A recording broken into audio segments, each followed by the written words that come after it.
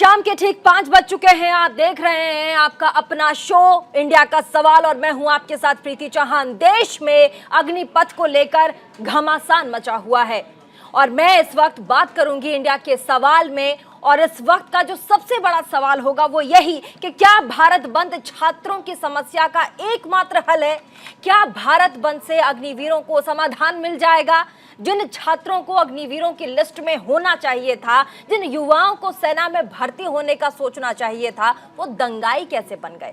वो क्यों सरकार के तमाम वादों की अनदेखी कर रहे हैं? और कौन है जो इन छात्रों को गुमराह कर रहा है? इन सभी सवालों के जवाब हम आज अपने शो में आपको देंगे और साथ ही हमारे मेहमानों से रूबरू करवाएंगे। लेकिन उससे पहले आपको एक स्पेशल रिपोर्ट दिखाएंगे। जल्दी से सिर्फ रिपोर्ट आपको दिखा देते हैं।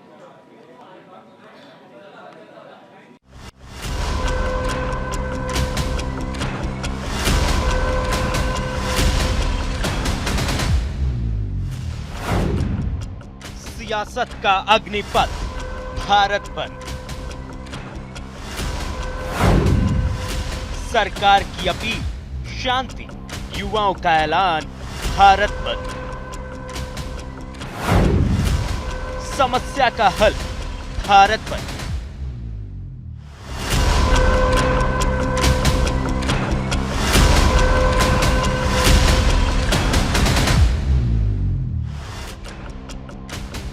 सेना में भर्ती के लिए केंद्र सरकार की ओर से लाई गई अग्निपथ योजना का देश भर में जोरदार विरोध हो रहा है।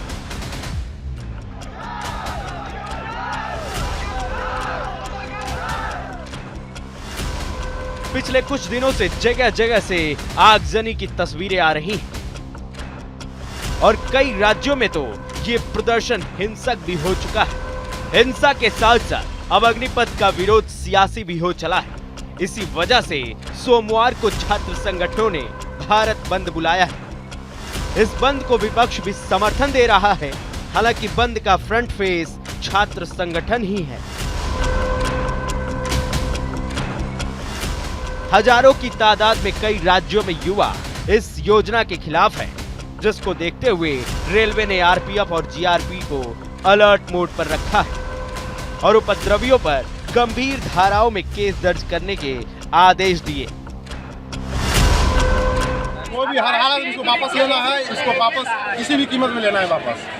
हम लोग इसको वापस के फिर मानेंगे नहीं। यही प्रदर्शन होगा और एग्जाम जल्द से जल्द कराया जाए। 2 साल हो गए, हमने रनिंग भी क्लियर करी, मेडिकल भी क्लियर करा। 2 साल हो गए हमें विश्वासन देते हुए कि हमने पेपर लेना है। कोई किसी ने पेपर नहीं लिया सर।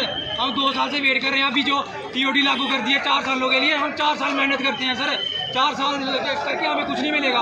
हमें इंडियन आर्मी के लिए जान देते हैं, जान हम यहाँ पे मर भी जाएंगे, पुलिस से शायद निकाल देंगे हम। अग्निपथ योजना के मुताबिक सेना में 4 साल के युवाओं की भर्ती होगी, जिन्हें अग्निवीर बुलाया जाएगा। योजना के तहत भर्ती किए गए 25% युवाओं को भारतीय सेना में 4 साल के बाद आगे बढ़ने का मौका मिलेगा, जबकि बाकी अग्निवीरों को सेना में तो मौका नहीं मिलेगा, लेकिन बाकी कई ऐसे सरकारी विभाग हैं जो उनको नौकरी देने में प्राथमिकता देंगे। सरकार बार बार अग्निपथ के फायदे गिना रही है, योजना में बदलाव भी कर रही है, लेकिन विरोध का सिलसिला थम नहीं रहा। सीएपीएफ और असम राइफल्स में अग्निवीरों के लिए 10% आरक्षण दिया जाएगा। अग्निवीर की आयु सीमा 21 से बढ़ाकर 23 कर दी गई। इंडियन कोस्ट गार्ड समेत 16 सुरक्षा बलों की नियुक्तियों में आरक्षण मिलेगा। अग्निवीरों को रिटायरमेंट के बाद सस्ता लोन दिया जाएगा। सरकारी नौकरियों में अग्निवीरों को प्राथमिकता दी जाएगी। उनको तो मैंने कहा ना कि किसी के बहकावे में ना आए, किसी के बहकावे में ना आए। एंटी सोशल एलिमेंट्स, इन सब मौक़ों का एंटी सोशल एलिमेंट्स और जो डिसग्रंटेड एलिमेंट्स हैं वही फ़ायदा उठाते हैं। हमारे छात्र जो हैं वो ऐसा नहीं करना चाहेंगे, लेकिन उनको समझना चाहिए ये बड़ी अच्छी योजना है गवर्नमेंट की और इसका लाभ उठाना चाहिए, ना कि उपद्रव करना चाहिए। अग्निपथ योजना की घोषणा के बाद से देश के कई हिस्सों में छात्र इसका विरोध कर रहे हैं। कई राज्यों में आगजनी, पत्थरबाजी की घटनाएं घट रही हैं, लेकिन ऐसा नहीं है कि ऐसी योजना भारत में ही हो। भारत की तरह दुनिया के कई ऐसे देश हैं जहां कम अवधि के लिए सेना में भर्तियां होती हैं। लेकिन जरूरी बात यहाँ ये है कि इन देशों में सेना में सेवा देना अनिवार्य है और इसके लिए कानून बनाया गया है। हालांकि अग्निपथ योजना में ऐसा नहीं है। Switzerland, Syria, Georgia, Sweden, Brazil, Israel, उत्तर कोरिया, सिंगापुर, थाईलैंड, रूस और ब्रिटेन। देश में हो रहे बवाल को रोकने के लिए सरकार हर संभव कोशिश कर रही है। योजना में तमाम तरह की छूट के ऐलान रोज किए जा रहे हैं, लेकिन बवाल है कि थमने का नाम नहीं ले रहा है। या यूं कहें कि अग्निपथ के बहाने कुछ सियासी दल अपना खोया वजूद हासिल करने में जुट गए हैं। लेकिन उन्हें ये जरूर सोचना चाहिए कि वो अपना वजूद हासिल कर किस कीमत पर ये बवाल कर रहे हैं। क्या देश जलाकर किसी की शोहरत में इजाफा भी हो जाए तो क्या ये सुकून देगा? और सवाल ये भी कि क्या वास्तव में युवा अग्निपथ के विरोध में है या फिर उन्हें बरगलाया गया है। Bureau report, news India. तो इंडिया के सवाल की आपने एक रिपोर्ट देखी, लेकिन शो में आगे बढ़े, लेकिन उससे पहले आपको दिखाते हैं कि कहां कहां आज अग्निपथ को लेकर घमासान मचा, कहां कहां भारत बंद का असर दिखा। अग्निपथ के विरोध में भारत बंद आज कितना असरदार रहा है, हम आपको ये 10 विंडोज दिखा रहे हैं, 10 शहरों के बारे में बता रहे हैं। पटना सबसे पहले जहां से विरोध की शुरुआत हुई, रांची, हावड़ा, देहरादून, बठिंडा, बनारस, चेन्नई, मुरादाबाद, अमृतसर, गोरखपुर, ये वो 10 शहर हैं, 10 राज्य हैं, 10 शहरों की तस्वीर हम आपको दिखा रहे हैं जहां पर आज इस अग्निपथ के विरोध में आज धरना प्रदर्शन किया गया। छात्रों की तरफ से बंद बुलाया गया था और उसका असर देखने को मिला है। और इस विरोध में आप देखिए पटना में, क्योंकि शुरुआत वहां से हुई थी और जो छात्र हैं वो काफी उग्र हो गए थे, उसके बाद आज सरकार की तरफ से भी, राज्य सरकार की तरफ से भी उनसे निपटने के तमाम तैयारियां की गई थी। और 10 तस्वीरों के बाद हम शुरुआत करते हैं अपने डिबेट की। और आज के हमारे जो मेहमान हैं, सबसे पहले Anuj Mathur, major general defence expert है, हमारे साथ जुड़ेंगे। और साथ ही निपुण आलम बयान, राजनीतिक विश्लेषक है, हमारे साथ स्टूडियो से जुड़ेंगे। साथ ही जावेद अहमद, प्रवक्ता है कांग्रेस के, और साथ ही सूर्या मैथिल, नेता हैं बीजेपी के, हमारे साथ स्टूडियो से जुड़ेंगे। और अनुराग भदौरिया जी, प्रवक्ता है समाजवादी पार्टी से। तनुज JNU से छात्र हैं। आप सभी का बहुत बहुत स्वागत है न्यूज इंडिया 24/7 में। और सबसे पहले जो मेरा सवाल है वो तनुज से है कि तनुज थोड़ी ही देर में हमारे साथ जुड़ जाएंगे, माफ कीजिएगा, थोड़ी ही देर में तनुज हमारे साथ जुड़ जाएंगे। लेकिन मेरा जो पहला सवाल है वो बीजेपी के जो प्रवक्ता हैं उनसे मैं ले लेती हूँ।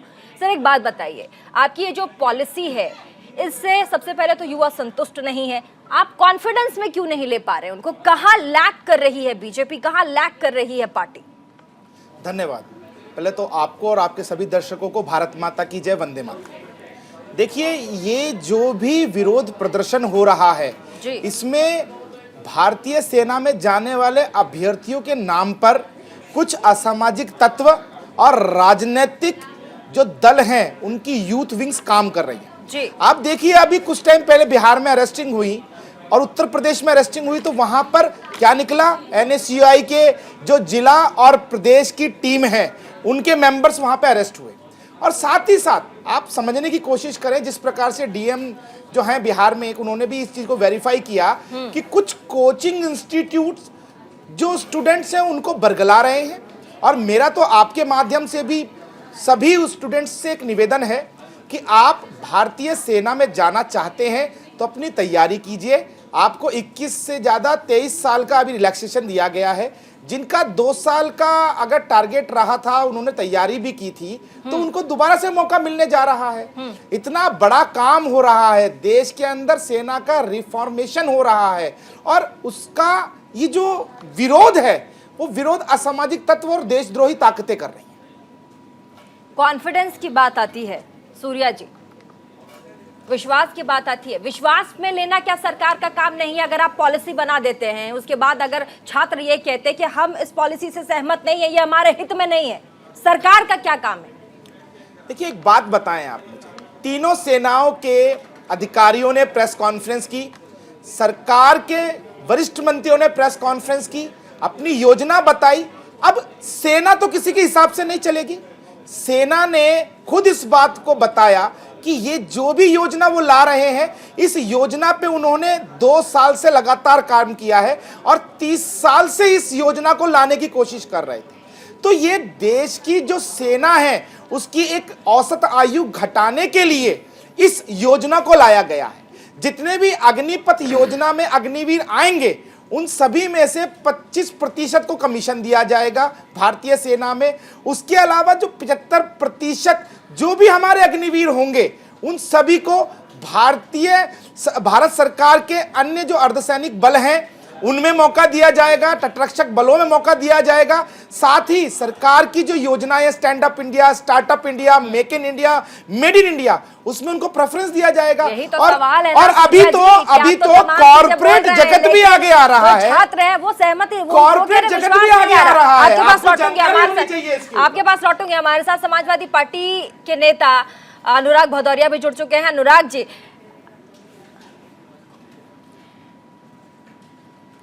जी निपुण, मेरा जो अगला सवाल है निपुण जी से है। तमाम चीजें हैं, तमाम सवाल है और ऐसे में देखिए जो विश्वास की बात आती है, विश्वास जता ही नहीं पा रहे, दिखाई नहीं पा रहे। एक्चुअली क्या है कि विश्वास की बात नहीं है। देखिए एक बात को इसको बहुत प्रैक्टिकली समझने का प्रयास करें। हमारा देश है लोकतंत्र और लोकतंत्र की एक खूबसूरती ये होती है कि यहाँ पर सहमति और असहमति दोनों की ही अभिव्यक्ति की आज़ादी है। और जब भी कोई परिवर्तन आता है तो मानव की सहज प्रवृत्ति होती है, उसमें कुछ समर्थन में कुछ विरोध में। तो विरोध में ऐसा तो है नहीं कि सारा युवा सड़कों पर है और सारा युवा विरोध कर रहा है, ऐसा नहीं है। कुछ युवा समर्थन में है जो अपनी तैयारी में लग गया है कि वैकेंसी आज डिक्लेयर हो गई है तो वो युवा अपने कार्य में लग गया कि हाँ मुझे भर्ती में जाना है, मुझे फोर्स में जाना है, वो उसके लिए तैयारी करना शुरू कर दिया है। मोस्टली युवा यहाँ पर वो है जो इस भर्ती प्रक्रिया से बाहर हो गया है। भाई यहाँ पर एज दी गई है पहले 21 वर्ष से, अब 21 वर्ष से बढ़ाकर 23 वर्ष कर दी गई है। उसके बाद भी कुछ युवा ऐसा है जो इससे बाहर हो गया, तो वो युवा ज़्यादा क्या कर रहा है, प्रदर्शन कर रहा है। टीवी की इतनी सारी रिपोर्ट आप देखेंगे, इस रिपोर्ट में आप सुन रहे होंगे अलग अलग चैनल पे सब न्यूज़ एंकर ले भी रहे हैं, टीवी चैनल वाले ले भी रहे हैं। तो मोस्टली अगर उन युवाओं की आप तस्वीर देखें, अब तो खैर सब लड़कों ने मुंह पे कपड़ा ढक लिया है कल की घटना के बाद से, जब सेना के। मैं आपके पास आती हूँ, हमारे साथ तनुज जेएनयू से छात्र हमारे साथ जुड़ चुके हैं। तनुज, आप जेएनयू में पढ़ते, सबसे पहले आपका बहुत बहुत स्वागत है हमारे इस चैनल न्यूज़ इंडिया 24/7 पे। और आप एक बात बताइए, आप जेएनयू से छात्र हैं, क्या आपको लगता है कि अपनी बातों को मनवाने का एकमात्र तरीका सड़कों पर उतरना है, धरना प्रदर्शन करना है, भारत बंद कर देना है? बहुत शुक्रिया आपका चैनल का कि आपने मुझे बुलाया और मौका दिया। अभी कुछ तकनीकी समस्या से मैं सारी बातें सुन नहीं पाया, लेकिन अभी जितनी देर मैंने सुना एक सज्जन को तो और आपका सवाल, दोनों को मैं साथ में लेकर अगर बात करूं तो एक आपने जो सवाल किया कि मात्र एक तरीका है, और उन्होंने एक बात कही कि कुछ युवा हैं जो वैकेंसी से बाहर हो चुके हैं, वो रिक्रूटेड हो ही नहीं सकते। देखिए, इस सरकार की एक बहुत चालाकी भरी योजना बहुत शुरुआत से रही है कि किसी भी आंदोलन को इस तरीके से डीलेजिटिमाइज कर दो कि वो प्रोसेशन, वो पब्लिक प्रोसेशन, उसकी क्रेडिबिलिटी ही मार्केट में खत्म हो जाए। मुझे बहुत दुख है, जैसे अगर जिस वक्त किसान आंदोलन शुरुआत हुई उस वक्त इन्होंने उसको खालिस्तानी कह दिया, उस वक्त इन्होंने चाइना का एजेंट कह दिया, पाकिस्तान का एजेंट कह दिया। आज जब युवा, जो इनकी पूरी दमनकारी नीति है, आप ये समझिए कि ये पॉलिसी क्यों लाई गई, इस पे ना बहस हुआ, इस पे ना इनके तर्क दिखे, और इनकी मात्र एक पॉलिसी। अब आपके हिसाब से सेना में बदलाव के लिए भी आपसे पूछा जाएगा क्या? आप इतना कॉम्पिटेंट है कि आप सेना की नीतियां तय करेंगे? आप इतना विशेषता रखते हैं? बताइए मुझे। आप एक बात बताइए। नहीं, मैं आपसे पूछना चाहता हूं, आपकी उम्र कितनी है पहले ये बताइए। आप मुझे ये बताइए कितनी कोर होती है हिंदुस्तानी फौज में? नहीं, आप बताइए मुझे। अगर उम्र से आप तय कर रहे हैं, मैं आपसे पूछना चाहता हूं, आपको कितनी जानकारी है भारतीय सेना की? आपको कितनी जानकारी है ऑपरेशंस की? आपको कितनी जानकारी है तय नहीं करेंगे। यहाँ सर्टिफिकेट भारत मत तेरे बांटिए टुकड़े आप। होंगे, चार आपको इंशाल्लाह कितने- इंशाल्लाह चिल्लाने वाले आपको सूर्या जी। सिर्फ भारतीय सेना और पत्थर ही मार सकते सूर्या हैं। मैथिली जी, सूर्या जी बोलने दीजिए ना, फिर आपको एक बार फिर से मौका देंगे, पहले बोलने कितने दीजिए। परिवार के सदस्य आपके सेना में काम आप- करते हैं? किस आप किस जवाब भूमि से दीजिए, आते हैं? तनुज। कितने सेना पूछिए आपके मेरे काम परिवार करते की हैं? जानकारी तनुज, आप जवाब ये दीजिए। सवाल आप बिल में घुस जाएंगे टिप्पणी जाकर, मत कीजिए। रहने दीजिए। आप व्यक्तिगत सूर्या- टिप्पणी मत के पैसे कीजिए। में सूर्या पढ़ने जी। वाले पूरी देश नीतियों में रोहियों, फेल कर रहने रहे दो। हैं। ये वही लोग हैं, सुनिए, ये वही लोग हैं जब कोरोना में अपने घरों तक हजारों किलोमीटर पैदल चले, और जब आप उनके सुविधा को पहुंचाने में असफल रहे तो अब ऐसी नीतियों के साथ उन्हें लॉलीपॉप दे रहे हैं। उन्हीं कोरोना में आप उनको सुविधा नहीं दे पाए, उनके हॉस्पिटल, उनके तनुज, एक सिंपल सा सवाल है, तनुज एक सिंपल सा सवाल है, क्या अपनी बातों को रखने का एकमात्र तरीका पूरे जितने भी छात्र उनके पास बच जाता है कि सड़क पर उतरे, देश को बंद कर दिया जाए, आगजनी की जाए, पब्लिक प्रॉपर्टी को नुकसान पहुंचाया जाए, ट्रेनों में आग लगा दिया जाए, क्या यही तरीका है? देखिए मैडम, अभी एक बहुत सफाई से एक और समाचार बहुत फैलाया जा रहा है कि बिहार में ऐसा ज्यादा हो रहा है। मैं उसी प्रदेश से ताल्लुक रखता हूं और मुझे बखूबी अंदाजा है, इस देश में जितनी बेरोजगारी दर है उससे दुगनी बेरोजगारी दर बिहार की है। और ये अपने ठीक है, मैं आपके पास आती हूँ तनुज, मैं आपके पास आती हूँ। समाजवादी पार्टी से नेता हमारे साथ अनुराग भदौरिया भी जुड़ चुके हैं। अनुराग जी, बीजेपी जिस तरीके से इस पॉलिसी को लेकर आती है, तमाम तरीके के ऐलान किए जाते हैं, फिर से अमेंडमेंट किया जाता है, उम्र को बढ़ा दिया जाता है, लेकिन छात्रों का कहना है कि हम अभी भी सेटिस्फाइड नहीं है। जो हमारे लिए सरकार कर रही है, बेरोजगारी के लिए कर रही है, वो हमारे लिए प्रॉपर नहीं है। क्या कहेंगे, जबकि तमाम बीजेपी के नेता बार बार आकर यही कहते हैं कि जो भी किया जा रहा है उनके भले के लिए किया जा रहा है। बीजेपी के नेता बहुत ईमानदार है। भारतीय जनता पार्टी देश के बारे में सोचती है, युवाओं के बारे में सोचती है, अब ये शंका होने लगा है, क्योंकि इनकी जो भी पॉलिसी आती है, चाहे कृषि कानून लेके आए, चाहे ये नोटबंदी लेके आए, सीए का कानून लेके आए, ये किसी से विचार विमर्श नहीं करते। अब अग्निवीर का लेके आए, 4 साल की नौकरी दे रहे हैं। सोचिए आप, 4 साल युवा जो यहाँ पे जो गाँव में लोग रहते हैं, उनके माँ बाप अपना खेत गिरवी रखते हैं, किस तरह से मेहनत करके बच्चों को बाहर पढ़ने के लिए भेजते हैं कि बच्चा को नौकरी मिलेगी तो उसकी लाइफ सेटल हो जाएगी। ये 4 साल की नौकरी देना चाहते हैं। और भारतीय जनता पार्टी के नेता क्या कहते हैं कि जब वो अग्निवीर वहां से लौटेंगे तो हम अपने बीजेपी के दफ्तर में उनकी नौकरी देने में प्राथमिकता देंगे। शर्म नहीं आती है बीजेपी के नेताओं को? अपने बेटे को एमएलए बनाओगे, एमएलए बना के उसको जिला रहे हो, और यहाँ पे चाहते हो आपके यहाँ सिक्योरिटी गार्ड की नौकरी करे। और ये बीके सिंह के मंत्री है, क्या कहते हैं, जब 62 साल के थे तब वो कोर्ट जा रहे थे, कह रहे थे मुझे 9 महीने और दे दो, 9 महीने मांग रहे थे, और आज 23 साल में रिटायर कर देना चाहते हो। ये डबल चेहरे के लोग। और हिंदुस्तान में पहली बार ऐसा हुआ है कि हमारे जो आर्मी, जो रिस्पेक्टेड आर्मी होती है, पहली बार आर्मी को आके टीवी पे बोलना पड़ रहा है कि हम आपकी सुविधा के लिए कर रहे हैं। इसके पहले कब हुआ है? हमारे देश की आर्मी सबसे प्राउड आर्मी है, और उसका जो रिक्रूटमेंट सिस्टम है वर्ल्ड क्लास रिक्रूटमेंट सिस्टम है। आखिर उसमें क्या ऐसी कमी आ गई? जानकारी है योजना क्या है? भर्ती आपको जानकारी है ये योजना है क्या? अनुराग भदौरिया जी, मैं आपसे पूछता हूँ, आप मुझे बता दीजिए कि ये योजना क्या है? चिल्ला रहे हो, फौजी हैं, जवाब नहीं है। अरे मैं तो फौज का बेटा हूँ, आपके यहाँ फौजी कितने हैं? ये चिल्लाने से नहीं होगा। फौज का मतलब समझते हो कि नहीं समझते हो? फौज का मतलब नहीं समझते हो? टीवी स्टूडियो में बैठे हो तो टीवी स्टूडियो में बैठ के आप बच्चों के भविष्य के साथ मत खेलो। अपने बेटे को एमएलए बनाओगे, एमपी बनाओगे, और दूसरों के बेटे को कहोगे आओ तुमको बीजेपी के दफ्तर में सिक्योरिटी गार्ड की नौकरी में प्रतिष्ठा देंगे। शर्म नहीं आती है? एमएलए बनाएंगे अपने बेटे को, और यहाँ गरीब के बच्चे को, मिडिल क्लास के बच्चे को यहाँ पे सिक्योरिटी गार्ड बीजेपी के दफ्तर में लगाना चाहते हैं। ये आपकी मानसिकता है क्या? ऐसी मानसिकता के लोग हिंदुस्तान को चलाना चाहते हैं क्या? ये वो लोग जिनके घर में एक फौजी नहीं है और चिल्ला रहा टीवी में बैठ के, कौन फौजी है तुम्हारे घर में? चिल्ला रहा है, कौन फौजी है तुम्हारे घर में? एक फौजी तुम्हारे घर में नहीं है। फौज का मतलब जानते हो क्या होता है? आर्मी की स्पेलिंग क्या, जरा बताना। आर्मी कैसे लिखा जाता है बताओ? आर्मी की स्पेलिंग बताओ। आर्मी की स्पेलिंग मालूम है? आर्मी की स्पेलिंग नहीं मालूम है? फौजी का मतलब नहीं पता है, रिक्रूटमेंट सिस्टम नहीं पता है, फौज में क्या होता है? चिल्ला रहे हो यहाँ बैठ के, चिल्ली करने का मंच नहीं है, अपनी अपनी बातों को बहुत प्यार से रखिए। बैठ के चिल्ला रहे हो टीवी पे, अग्निवीर लिख ले तो आप मुझे बताओ ना क्या योजना है? अग्निवीर की स्पेलिंग बताओ। सूर्या जी, आपको बात करने का मौका मिला, अपनी बातों को रखने का मौका मिला। अनुराग जी को बोल लेने दीजिए, फिर आपके पास आती हूँ। अनुराग जी बोलिए। देखिए बीजेपी के नेता अभी इनसे पूछो अग्निवीर, आप चुप रहिए, मैं बोल रहा हूँ। पोल खुल गई। अग्निवीर की स्पेलिंग क्या है? क्या योजना है? लिखा जाता है। अग्निवीर की स्पेलिंग क्या है?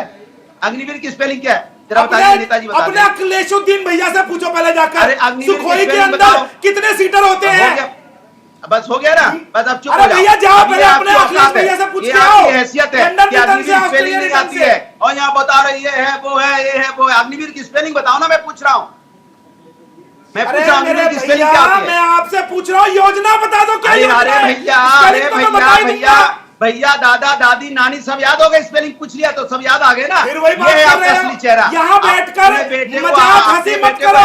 आपसे अपने पूछ बेटे रहा हूँ को योजना आप क्या है? MLA बनाना चाहते हो आपको पता है और ये देश योजना के बच्चे क्या को है? कह रहे हो कि इसका हमारे उद्देश्य दफ्तर में क्या है? नौकरी करेगा, आपकी उसमें उसको घटिया बता राजनीति देंगे। सेना आप के इंडिया लिए से 4 नहीं साल है। की नौकरी सेना देना चाहते हो, आपकी भविष्य के घटिया साथ राजनीति खिलवाड़ के कर लिए रहे नहीं हो है। और याद हिंदुस्तान की रखिए, संस्कृति ऐसे और बात संस्कार को कंपेयर कर रहे हो रसिया से, किसी की बात सुनी यूक्रेन नहीं से, जाएगी। रुक जाइए ब्रिटेन अनुराग से। जी, रुक जाइए। अनुराग जी रुक जाइए। हमारे साथ अनुज माथुर जी भी हैं, मेजर जनरल हैं, हमारे साथ जुड़ चुके हैं। सर आप बताइए, क्या ये छात्रों के लिए प्रवक्ता को बोलने दिया था जिसको आर्मी का स्पेलिंग नहीं आती, आती हूँ अनपढ़ को मैंने बोलने दिया था, अनुराग उनको जी, बोलने दो। आती हूँ अनुराग अरे वो जी। अनपढ़ को आपने बोलने दिया था इतनी देर, अनपढ़ को बोलने दिया था जिसको अग्निवीर की स्पेलिंग नहीं पता है, वो स्टूडेंट की बात कर रहा है। भाषा की मर्यादा को रखिए। अब अनुराग जी, भाषा की मर्यादा को रखिए। अग्निवीर की स्पेलिंग नहीं आती है, भाषा की मर्यादा क्या होती है? संतुलन इस समय में अनपढ़ हो तो संतुलित हम क्या नहीं करें है। भाई? हारने के अग्निवीर बाद की आपकी स्पेलिंग स्थिति बताओ। खराब हो चुकी है, मुझे मिलिट्री पता की है। स्पेलिंग अनुराग बताओ। जी आती हूँ मिलिट्री आपके की पास। स्पेलिंग क्या प्रदेश होती की है? मेडिकल आप सुविधाएं बहुत अच्छी हो गई बताओ। है। जाइए किसी रुक मानसिक जाइए। अस्पताल में अपना मालूम इलाज है। कराइए। रुक जाइए अनुराग जी, रुक जाइए। फौजी है, नहीं सूर्य बता जी, पा रुक रहे जाइए, बस हो हो गया। और बात हो गया अनुराग जी, हो गया अनुराग जी, हो गया। और भी हमारे साथ गेस्ट हैं अनुराग जी, और भी हमारे साथ गेस्ट हैं, और भी हमारे साथ गेस्ट हैं, उनको बात कर लेने दीजिए। मेजर जनरल अनुज माथुर हमारे साथ है। सर आप बताइए, स्टूडेंट्स के लिए, जो छात्र हैं उनके लिए ये जो अग्निपथ है, ये पॉलिसी बनी है, कितनी कारगर होगी? वो कह रहे हैं हम सहमति नहीं है, हमारे अंदर विश्वास ही नहीं है। सरकार लेकर आई है, लेकिन हमारे अंदर तो भरोसा होना चाहिए ना कि हम इस नौकरी के लिए हमें जाना चाहिए या नहीं। इसी का तो विरोध हो रहा है।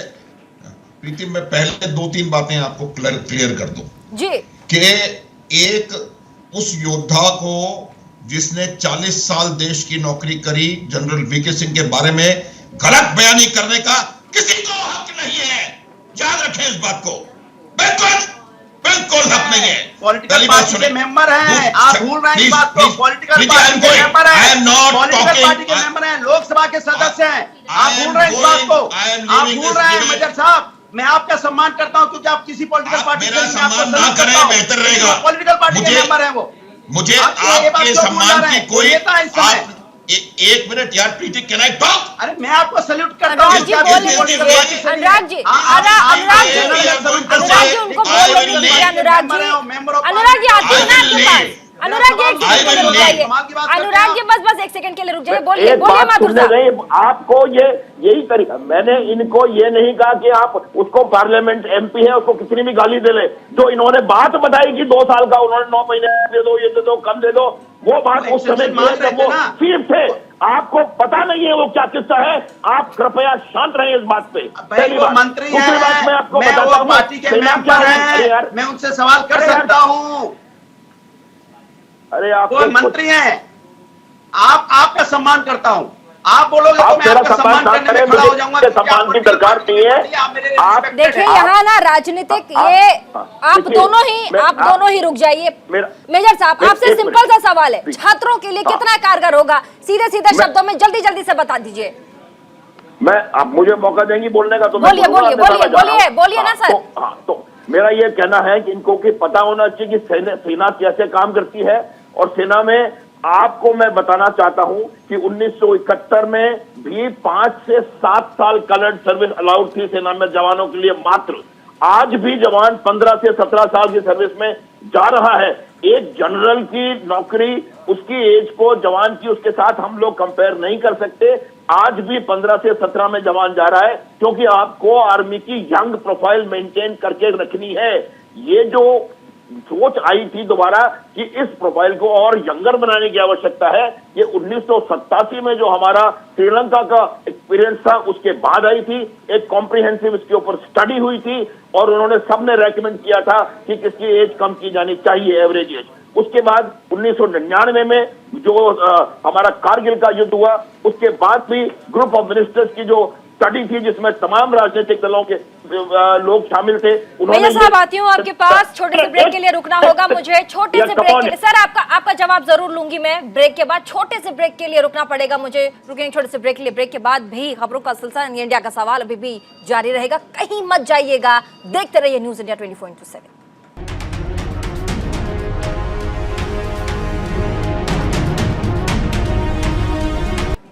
तो ब्रेक के बाद एक बार फिर से स्वागत है आप सभी का इंडिया के सवाल में। और आज हम अग्निपथ जिसको लेकर आज पूरे देश भर में बवाल रहा, साथ ही भारत बंद का आह्वान स्टूडेंट्स ने किया था, उसका कितना असर रहा उसके बारे में आज हम बातचीत कर रहे हैं। लेकिन सवाल यहाँ ये बनता है कि क्या अपनी बात को रखने का, क्या अपनी बात को मनवाने का एकमात्र तरीका यही बचता है कि हम प्रदर्शन करें, हिंसक हो जाए, भारत बंद कर दें? तो सब ब्रेक के बाद मेजर जनरल साहब आप कुछ कह रहे थे, आपका जी बताइए। मेरे को कृपया बोलने दे प्लीज। बिल्कुल बोलिए सर, बिल्कुल बोलिए, मंच से बोलने का है। तो मैं जो आपको कह रहा था बोलिए बोलिए। क्या होता है कि आर्मी का काम करने का तरीका जो है वो मालूम होना चाहिए, और आर्मी में जो होता है हर रैंक अलग अलग उम्र पे रिटायर होती है। ये जो 62 साल की बात कर रहे हैं, चीफ 62 साल कल रिटायर होना शुरू नहीं हुआ है मोदी के आने के बाद। ये chief of the Indian army 62 साल पे, आज से 62 साल पहले से रिटायर हो रहा है, इसमें कोई संदेह ना हो, क्योंकि जिस प्रकार की आवश्यकता होती है, जिस प्रकार का काम होता है, उस प्रकार से आपकी रिटायरमेंट एज निर्धारित की जाती है।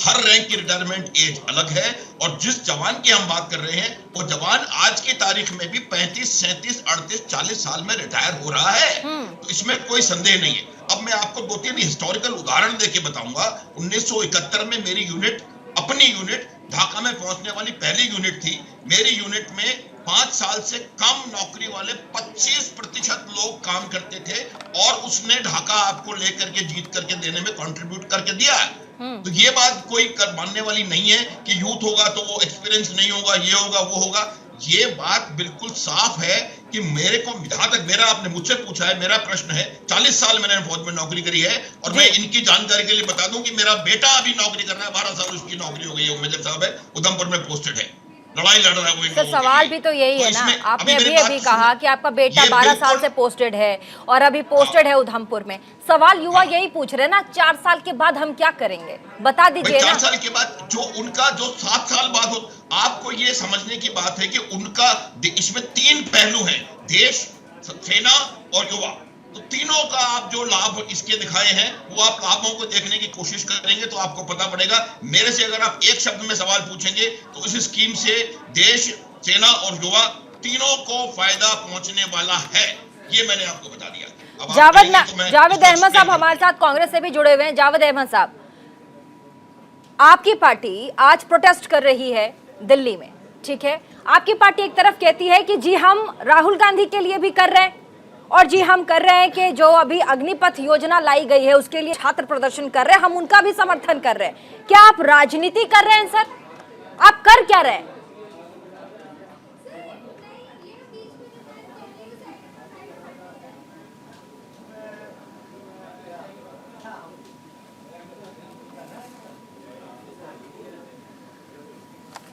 जावेद अहमद साहब, अपना जो स्काइप है आपका वो अनम्यूट कीजिएगा, म्यूट है, आपकी आवाज नहीं आ रही है।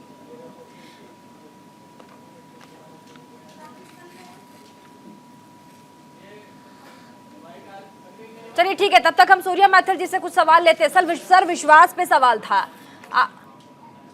जावेद जी आवाज आ रही है? एक बार चेक कर लीजिए सर, आपकी आवाज नहीं आ रही है। तब तक आगे बढ़ते हैं। बीजेपी के प्रवक्ता हमारे साथ सूर्या मैथल जी भी हैं। आप कुछ कह रहे थे सूर्या जी, आपको मैंने टोक दिया, आप लगातार चिल्ला रहे थे। आप यही कह रहे थे कि विश्वास कीजिए, विश्वास करना होगा।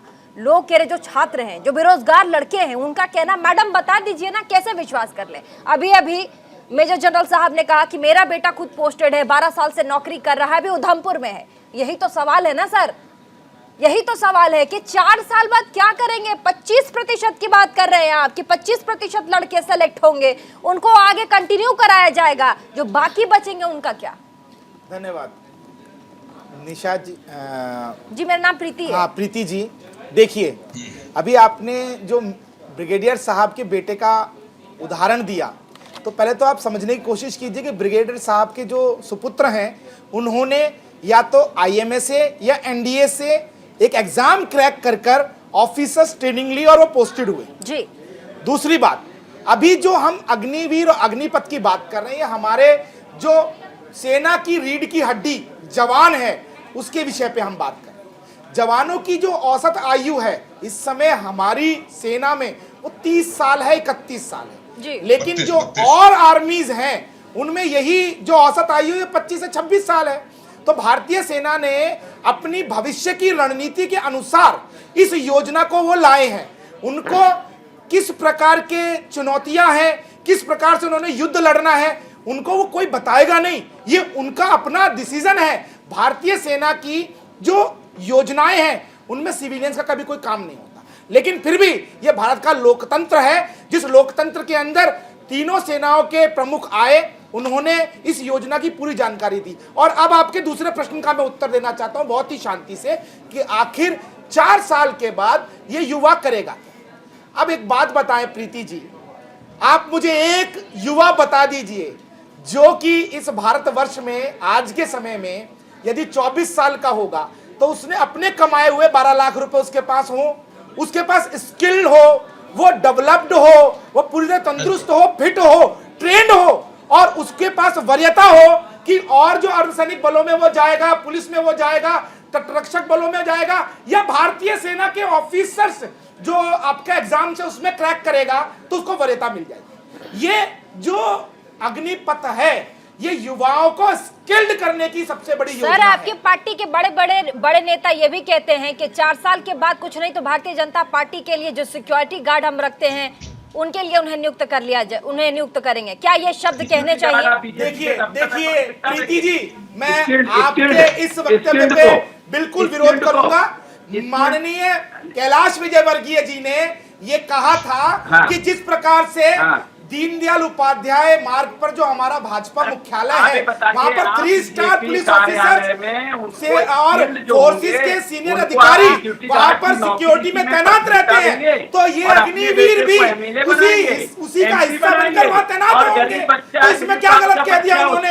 लेकिन अनुराग भदौरिया जी इसका मुद्दा इसीलिए बनाए गए क्योंकि उनके राज में तो पुलिस जाकर क्रिमिनल नहीं पकड़ती थी, उनके राज में पुलिस जाकर बलात्कारियों को नहीं पकड़ती थी, गुंडों को नहीं पकड़ती थी, गुंडों का एनकाउंटर नहीं करती थी, वो आजम खान की भैंस पकड़ती थी। तो ये जो भैंस पकड़वाने वाले लोग हैं वो भारतीय सेना को मजबूत विकसित कैसे होने देंगे? ये तो इस पर राजनीति करेंगे ही ना भैया, क्योंकि जिनके राज में आतंकियों को छोड़ने के लिए मुख्यमंत्री आतुर हो और हाईकोर्ट की लताड़ के बाद उस बात को रोका जाए तो ऐसे देशद्रोहियों के दिल में सेना के प्रति कोई प्रेम तो होगा, भरी जवानी में उसको रिटायर कर देंगे और भरी जवानी में रिटायर होने के बाद ऐसी पार्टी के नेता है सिर्फ हरा पहन के घूमते हैं, इनका दिमाग भी आ रहा है। अरे पर्सनल कमेंट मत कीजिए, पर्सनल कमेंट से बचिए। आपकी राजनीति सूर्या मैथल जी, सूर्या मैथल जी रुक जाइए, रुक जाइए, रुक जाइए। पर्सनल कमेंट देश बदल चुका है। अरे देख लीजिए, आप लोग रुक जाइए, पर्सनल कमेंट छीटा कसी ना करें। कौन क्या पहनता है, किसका नाम क्या है, कौन क्या सोचता है, इस पर कमेंट ना करें प्लीज। मुद्दे पर बात करते हैं ना सर, मुद्दे पर बात करते हैं। कौन पढ़ता है, कौन क्या पहनता है? निपुण बयान जी, निपुण बयान जी, निपुण बयान जी, राजनीतिक विश्लेषक रिटायरमेंट के बाद कितना पैसा निपुण बयान जी, बस ऐसा देश बदलना चाहते हो? मैथिली जी, अरे हमने बताया अनुराग जी, अनुराग जी, इंजीनियर बनेंगे और देश की सेवा करेंगे, लेकिन आप तो अपनी सेवा करने के लिए बता रहे हो। देखिए ऐसे ना म्यूट करवा देना पड़ेगा। सर रुक जाइए, रुक जाइए, बस रुक जाइए। हमारे साथ और भी गेस्ट हैं सर, हमारे साथ और भी गेस्ट हैं, और साथ ही भाषा की मर्यादा का आप लोग पालन कीजिए। कौन क्या पहनता है, किसका नाम क्या है, इस तरह की छीटाकसी ना करें सर। पब्लिक प्लेटफॉर्म है, लोग देखते हैं ये डिबेट शो। हमारे साथ निपुण बयान जी हैं, राजनीतिक विश्लेषक हैं। सर क्या कहेंगे? राजनीति हो रही है। बिल्कुल राजनीति तो है। देखिए क्या होता है ना कि थोड़ा सा जो इस प्रकार के सेंसिटिव मुद्दे होते हैं जहाँ पर अरबों की संपत्ति सुहा हो रही हो, युवा सड़कों पर हो और देश में एक अराजकता की स्थिति हो, उस समय इस प्रकार की बयानबाजी, इस प्रकार के व्यक्ति किसी की पार्टी को भी उचित नहीं है, शोभनीय नहीं है। अब दूसरी बात क्या है कि थोड़ा सा इस मुद्दे को समझने की ज़रूरत है कि युवा को मैसेज आपके चैनल के माध्यम से देने की ज़रूरत है। बात हो रही है कि देखिए आप इसको 3-4 एंगल से देखिए, चाहे वो सेना का एंगल हो, राष्ट्र का एंगल हो, या हम बात करें आर्थिक सामाजिक सारे पहलू की बात करें, उन सारे ही नज़रिए से अगर देखेंगे, मैं बात करता हूँ सेना की, अगर एक युवा की बात करते हैं, जैसे भी आपके मेजर जनरल साहब बोल रहे थे कि भाई श्रीलंका की आप बात कीजिए, कारगिल की आप बात कीजिए, उन ऊंची ऊंची पहाड़ियों पर एक 30 साल का युवा, एक 32 साल का युवा क्या उतनी तीव्र गति से चढ़ पाएगा जितना 18-19 साल 20-21 साल का लड़का चढ़ पाएगा? बिल्कुल नहीं चढ़ पाएगा। फिर बात श्रीलंका की, मैं जानता हूँ, मैंने पढ़ा है उस चीज़ को, देखा है, क्योंकि मैं इसको इसी कार्य को मैं करता हूँ, तो मैंने देखा है कि किस प्रकार का श्रीलंका में हमारी सेना के अनुभव रहे थे। तो हमको युवा चाहिए। अब बात करते हैं कि युवा क्या करेगा। 25% युवा चला गया, रह गया, 75% की बात हो रही है। 75% हम युवा की बात करते हैं तो 10% युवा सेंट्रल आर्म फोर्सेस के अंदर रिजर्वेशन हो चुका है। इसके अलावा पुलिस, जितनी भी स्टेट पुलिस हैं, वहां पर खुद कल सेना ने कहा कि हमने सभी स्टेट की पुलिस से बात की है कि वहां पर हम क्या करेंगे, उनको अपॉइंटमेंट कराने का प्रयास करेंगे। मान लेते हैं 10%, 20% चला जाता है, तो उसके बाद भी तो युवा 21 साल का युवा है, 25 साल का वो हो चुका है 4 साल नौकरी करने के बाद में, तो क्या उम्र निकल गई? 25 साल का युवा जिसकी जेब में 12 लाख। अभी एक डाटा मैं आपको बता रहा हूं, भारत में जितना युवा है उसमें सिर्फ 2% युवा ऐसा होगा जिसके जेब में 25 साल की उम्र में 12 लाख रुपया होगा। 12 लाख रुपए में वो बहुत सारी योजनाओं को, स्टार्टअप है, स्टार्टअप में जहां भारत आज वर्ल्ड रिकॉर्ड बना रहा है, हम 100 यूनिकॉर्न क्रॉस कर चुके हैं। तो क्या हम युवा को यही चाहते हैं कि सैनिक बना रहे? कहना चाह रहे हैं माथुर साहब, बोलिए। माथुर साहब कुछ कहना। मैं यही कहना, इन्हीं की बात का समर्थन करते हुए मैं कहना चाह रहा हूं कि उसके पास पैसा है। देखिए 3 प्रकार की चीजें वो कर सकता है यहाँ से निकलने के बाद। एक, वो अपनी फर्दर स्टडीज के लिए कर सकता है, उसके लिए प्लेटफॉर्म उसको प्रोवाइड किया जा रहा है। दूसरी, नौकरी ढूंढ सकता है, जिन्होंने बहुत अच्छे से बताया, उसके लिए प्लेटफॉर्म दिया जा रहा है। तीसरा, वो अपना एंटरप्रेन्योरशिप, कोई अपना खुद का काम कर सकता है, उसके लिए उसके पास धन है। और सबसे बड़ी उसके पास जो ताकत है, वो 4 साल की military on the job training, 6 महीने की एक्चुअल ट्रेनिंग, देश के बारे में उसकी भावना और उसकी जो भक्ति की जो ताकत है, डिसिप्लिन, इंटेग्रिटी, ऑनेस्टी, ये जो गुण है, इतने गुणों को लेकर के वो बाहर जाएगा। का जवाब ना स्टूडेंट से ले लेते हैं। गुण जो आप बता दिए, आप दोनों ने गुण बता दिए हैं। हमारे साथ तनुज है, हमारे साथ जेएनयू से तनुज है। तमाम गुणों को बता दिया गया है कि 25% छात्रों को वहां कंटिन्यू कराया जाएगा। 75% जो छात्र बच रहे हैं उन पर सवाल है। बता दिया गया कि 75% जो छात्र है, भैया ये करेंगे आगे जाकर के। अब सवाल कहाँ बनता है? तनुज बताइए। कंपनी नहीं है। पहली बात आपको ये समझनी पड़ेगी कि इंडियन आर्मी जो है मार्केटिंग कंपनी नहीं है। जो ये बार बार ये दिखाने की कोशिश की जा रही है कि आपको 12 लाख मिल जाएगा, कोई 20 लाख मिल जाएगा, कोई 25 लाख मिल जाएगा। मैं कह रहा हूं, अभी तमाम तरीके के सवाल किए गए, आप उनसे पूछिए कि ये 12 लाख, 15 लाख, 20 लाख क्या ये अपने घर के बच्चों को भेजेंगे? वैसे 4 साल करके 15 लाख ले लो, 20 लाख ले लो। ये जो शिक्षा की बात कर रहे हैं कि मैं 4 साल निकलने के बाद आप शिक्षित होंगे, हायर एजुकेशन में जाएंगे। आप एक बात बताइए, अगर मुझे हायर एजुकेशन में जाना है तो पहले मैं इंडियन आर्मी ज्वाइन करूं, क्यों नहीं सबके बच्चे ऐसे करें? मैं जिस प्रदेश से प्रीति जी, मैं एक बात बोलना चाहता हूं, के बच्चे पहले इंडियन आर्मी ज्वाइन करें। अनुज जी जो बोल रहे हैं, मैं इनकी बात को थोड़ा सा बता दूं।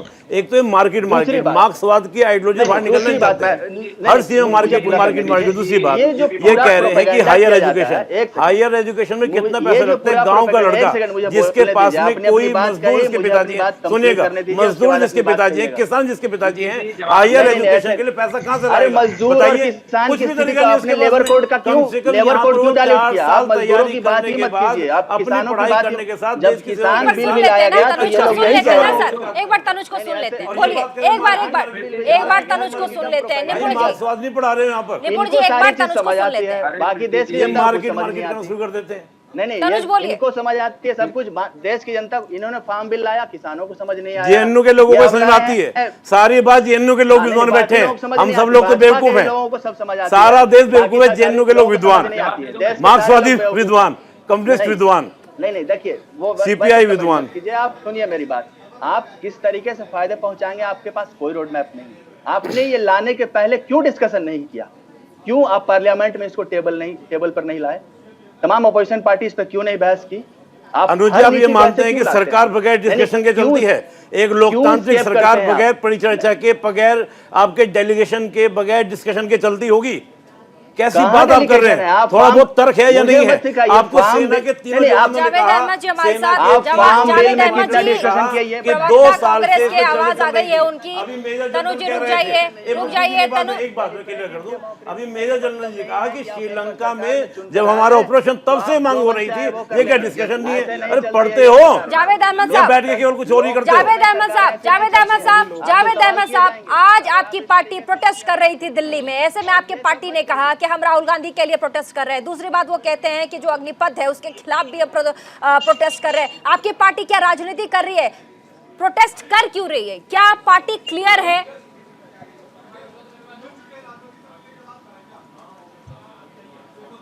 आपको आवाज आ रही है मेरी जावेद अहमद साहब?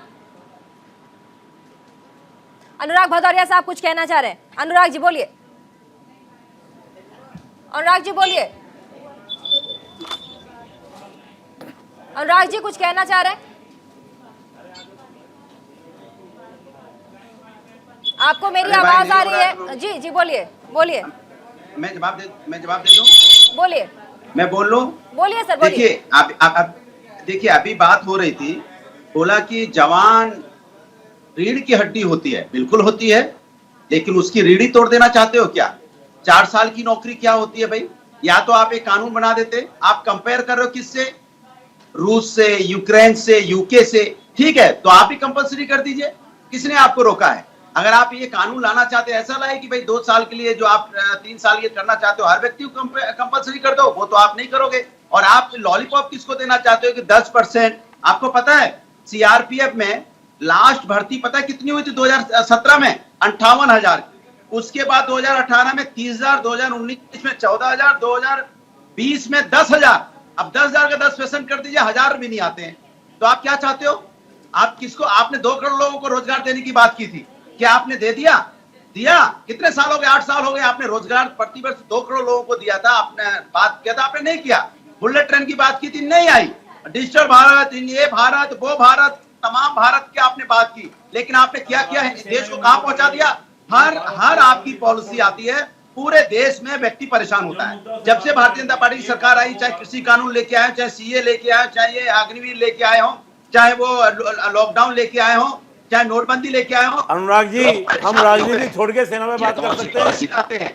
अनुराग जी, क्या हम राजनीति छोड़कर सेना में बात कर सकते हैं? आप एक बार ये अपील कर सकते हैं कि जो युवा सड़कों पर दंगे कर रहा है, रेल में आग लगा रहा है, वो गलत है? क्या आप ये अपील इस चैनल से करेंगे? हाँ या ना? कीजिए। शुरुआत में आपको यही करना चाहिए था। आप पॉलिटिक्स कर रहे हैं, देश चल रहा है, आप पॉलिटिक्स कर रहे हैं, आप बात कर रहे हैं नोटबंदी, जीएसटी, पता नहीं क्या क्या शुरू हो गया। एक बार सेना के बारे में सेंसिटिव हो जाइए।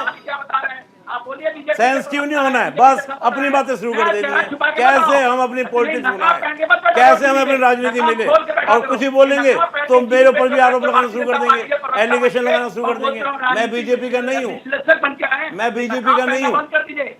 अब बस यही दिक्कत हो जाती है। इसी मुद्दे पर हमारे साथ, एक सेकंड, इसी मुद्दे पर हमारे साथ मल्लिकार्जुन खड़गे जी कुछ कह रहे हैं, जल्दी जल्दी से सुनवा देते हैं, लौटते हैं। घंटे आप डिटेन नहीं कर सकते। अगर किसी को डिटेन करना है तो उसका कारण भी देना चाहिए, और 1 घंटे 2 घंटे में स्पीकर को इत्तला देना। अगर पार्लियामेंट के मेंबर है, लोकसभा के चेयरमैन है वेंकैया नायडू जी, अगर राज्यसभा के मेंबर को आप डिटेन करते हैं, अरेस्ट करते हैं तो इत्तला है, ये कुछ नहीं हुआ। तो हमारे एक तरफ हकूक का हनन हुआ है, और दूसरी तरफ आप जो आर्म्ड फोर्सेस में युवकों को कम से कम 46,000 लोगों को उन्होंने एक ट्रेनिंग देने का जो वायदा किया, वो भी उससे कोई फायदा होने वाला नहीं है। उन युवकों को कहीं नौकरी मिलने वाली नहीं है। 4 साल में कोई परफेक्ट ट्रेनिंग भी नहीं होगा, और 4 साल के अंदर वो घर को भी आएगा तो उसको कोई पेंशन नहीं मिलेगा। और वो मेरे को कभी कभी मुझे हंसी आती है, क्योंकि मैं भी ये पार्लियामेंट्री जीवन में एमएलए एमपी इसमें 51 साल गुजार रहा हूँ, ये 51 ईयर्स चल रहा मेरा। ऐसा कभी नहीं देखा, ऐसा कोई स्कीम मैंने सुना भी नहीं।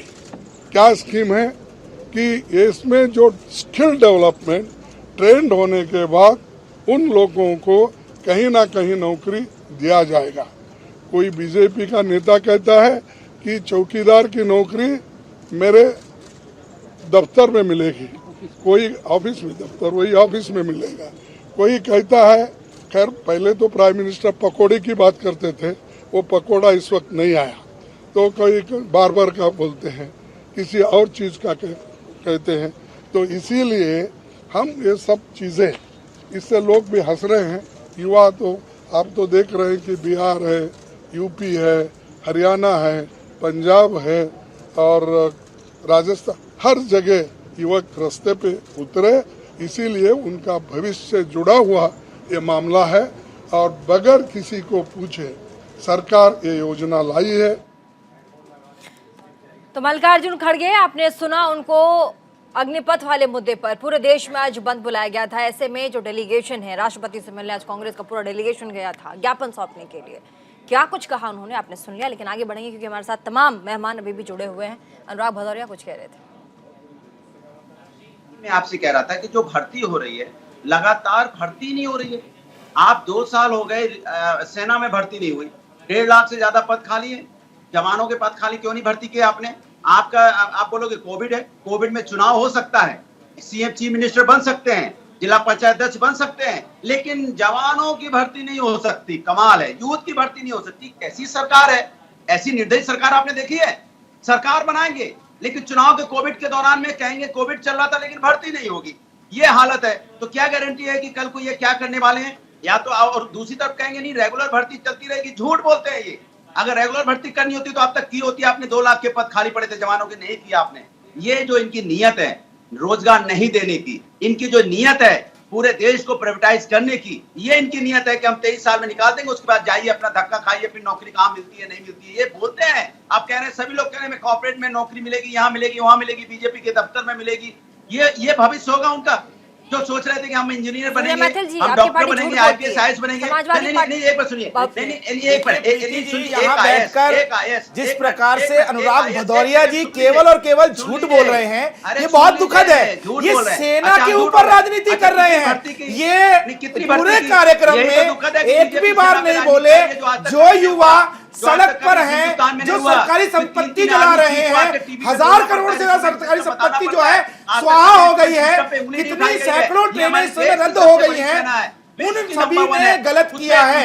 ये नहीं बोला इन्होंने, क्योंकि परोक्ष रूप से इनके कार्यकर्ता इस दंगे में, इस बवाल में इन्वॉल्व हैं। और रही बात जहां तक ये कि अभी जो ये कह रहे थे कि भैया 1.5 लाख भर्तियां क्यों नहीं जल्दी से सब समय की कमी है, तो इन्होंने शायद पीसी नहीं सुनी, इन्होंने शायद पीसी नहीं सुनी। तो सेक्रेटरी अंडर सेक्रेटरी जो उन्होंने कहा था कि हमारा जो इंफ्रास्ट्रक्चर है हम डायरेक्टली 1.5 लाख भर्तियां नहीं ले सकते हैं, हम स्टेप बाय स्टेप भर्तियां करेंगे। अब ये लोग बताएंगे कि सेना का जल्दी से अपनी बातों को ये लोग बताएंगे जिनके राज में आतंकियों को छोड़ने की साजिश होती है, जिनके सांसद भारत माता की जय और वंदे मातरम नहीं बोलते, वो कहते हैं कि हम नहीं बोलेंगे। जिनके बहुत बहुत शुक्रिया आप सभी का, बहुत बहुत शुक्रिया आप सभी का तमाम सवालों के जवाब देने के लिए, हमारे साथ न्यूज इंडिया के प्लेटफॉर्म पे आके तमाम उन सवालों के जवाब देने के लिए जिसका जिक्र आज देश का हर एक युवा करता है। और यही सवाल है, क्या अपनी बात को रखने के लिए अगर आप असुरक्षित महसूस करते हैं, आपको लगता है सरकार कॉन्फिडेंस में आपको नहीं ले पा रही, क्या एक ही तरीका बचता है कि आप सड़क पर बैठ जाएं? क्या एक ही हथियार है आपके पास कि देश को बंद कर दें? इस बुलेटिन में फिलहाल के लिए बस इतना। इसी के साथ देश और दुनिया के तमाम बाकी खबरों को देखने के लिए बस देखते रहिए न्यूज़ इंडिया 24/7।